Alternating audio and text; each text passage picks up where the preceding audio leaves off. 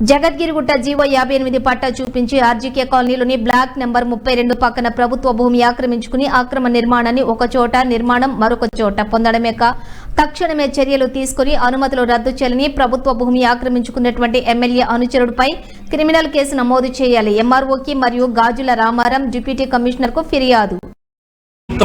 అధికారం అయినా కూడా ఈరోజు జగద్గిరిగుట్ట లాంటి ప్రాంతంలో మొన్న 2 రోజుల కిందనే చూసినాం.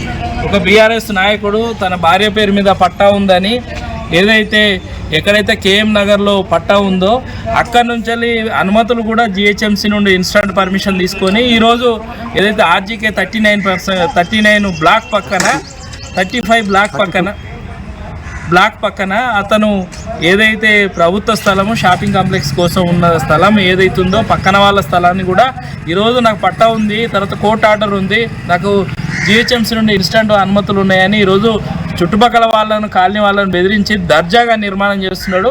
అదంతా కూడా ఏదైతే ఆ పట్టా సృష్టించిండో ఆ పట్టా కూడా ఏదైతే పట్టా ఉందో ఈ పట్టా కూడా ఇది నకిలీదే. దీనిపైన మేము ఇప్పుడే ఫిర్యాదు చేయడం జరిగింది. అదేవిధంగా ఏదైతే జిహెచ్ఎంసీ నుండి అనుమతులు తీసుకున్నారో ఆ అనుమతులు కూడా ఏదైతుందో అది అనుమతులు కేఎం నగర్లో తీసుకున్నారు, నిర్మాణం మాత్రం ఆర్జీకేలో చేస్తున్నారు. కాబట్టి దాదాపు 1/2 కిలోమీటర్ దూరం.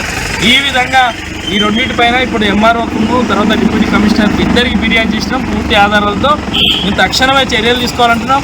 ఎవరైతే బీఆర్ఎస్ నాయకులు ఇట్లా తప్పుడు పట్టాలు సృష్టించి స్కానర్స్ ద్వారా తప్పుడు పత్రాలు సృష్టించి ఈరోజు ప్రభుత్వ భూములు కొల్లగొడుతూ స్థానికంగా ఉన్న ప్రజలు ఆడుకుంటున్నా కూడా బెదిరిస్తున్న పరిస్థితి. మేము ఒకటే డిమాండ్ చేస్తున్నాం కాంగ్రెస్ ప్రభుత్వాన్ని, అధికారులను ఇట్లాంటి తప్పుడు అనుమతి పత్రాలతో తప్పుడు పట్టాలతో ప్రభుత్వ భూములు కబ్జా పెట్టుకొని నిర్మాణ అనుమతులు తెచ్చుకుంటున్న ఏదైతే బీఆర్ఎస్ నాయకులు ఉన్నారో వాళ్ళకు వత్తాసు పలుకుతున్న ఎమ్మెల్యే పైన కూడా కేసులు నమోదు చేయాలని మేము హెచ్చరిస్తున్నాం.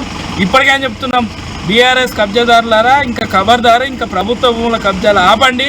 మీరు చేసిన దరిద్రం అంతా రాష్ట్రము తర్వాత హైదరాబాద్ కూడా ఈరోజు కబ్జాలమయమైంది. కాబట్టి ఇప్పటికైనా కబ్జా కోర్ల పట్ల అప్రమత్తంగా ఉండాలని ప్రజలను కోరుతున్నాం.